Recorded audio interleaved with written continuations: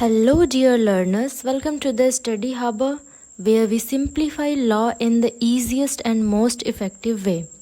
In today's video, we are going to understand topics of banking law, dishonor of check under Section 138, read with Section 142, Clause 1 of the Negotiable Instrument Act.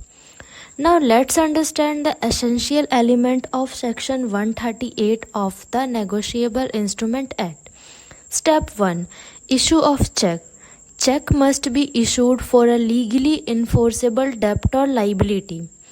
सबसे पहले cheque को issue किया जाता है for a legally enforceable डेप्ट और liability. यहाँ डेप्ट और लाइबिलिटी का मतलब है किसी उधार या कानूनी पेमेंट को चुकाना. मीन्स कानून के हिसाब से जो पैसा देना ज़रूरी है या पैसा वापस करना ज़रूरी है और नहीं देने पे कोर्ट जाके उसे वसूल किया जा सकता है. एग्ज़ाम्पल, तुमने किसी से 10,000 रुपये उधार लिए. अब वो तुम्हारा लीगल डेप्ट है. अगर तुम उसे वापस नहीं दे रहे हो तो वो कोर्ट जाकर तुमसे पैसे वापस ले सकता है. Second is presentation of cheque. Cheque should be presented to bank within 3 months from the date of issue. Means cheque जिस डेट में इशू हुआ है उसके बाद 3 months का टाइम पीरियड होता है उसे बैंक में प्रेजेंट करने के लिए और पेमेंट रिसीव करने के लिए. Third, dishonour of cheque. Cheque is dishonoured to insufficient fund और exceeding limit. Dishonour of cheque का मतलब है चेक क्लियर नहीं हो रहा है और बैंक उसे रिटर्न कर देता है ड्यू टू इनसफिशिएंट फंड या एक्सीडिंग अरेंजमेंट. अब यहाँ इनसफिशिएंट फंड का मतलब है अकाउंट में सफिशिएंट फंड नहीं है जिसके वजह से चेक का अमाउंट क्लियर नहीं हो पा रहा है. और एक्सीडिंग अरेंजमेंट का मतलब होता है बैंक ने जो लिमिट अलाउ की है उससे ज़्यादा अमाउंट का चेक इशू कर देना.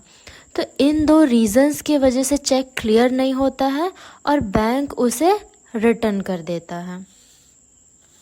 Now let's understand each step in detail.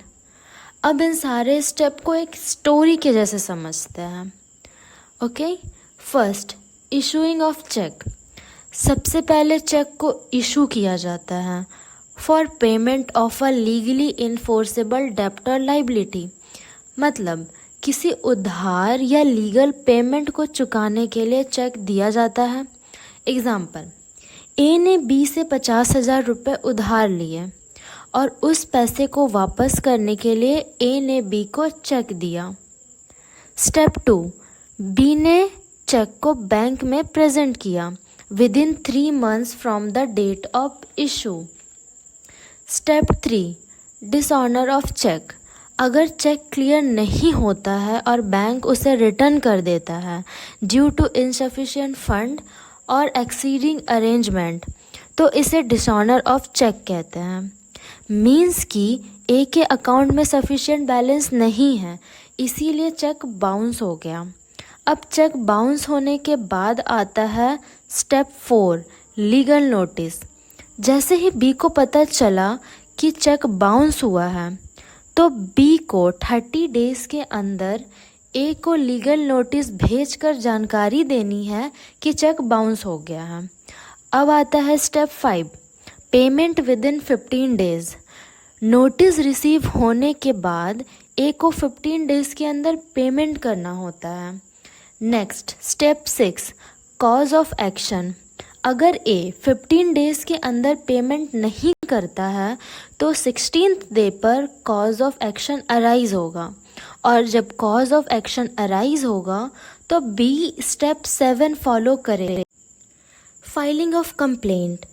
और कंप्लेंट विद इन 1 month में फाइल करनी होती है from the date when cause of action arises. Example, अगर कॉज ऑफ एक्शन 16 Jan को अराइज हुआ है तो कंप्लेन 16 Feb तक फाइल करनी होगी. And last, punishment under section 138 NI act.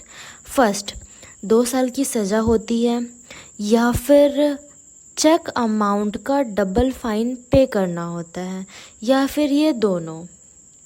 अब section 138 read with section 142 clause 1 का मतलब होता है दोनों सेक्शन को साथ में पढ़ना। सेक्शन 138 ये बताता है कि ऑफेंस कब होता है और सेक्शन 142 क्लॉज 1 बताता है कि कंप्लेन कब और कैसे फाइल होगी। Thank you so much for watching this video. If this video helped you, don't forget to like, share and subscribe. Keep learning, keep growing.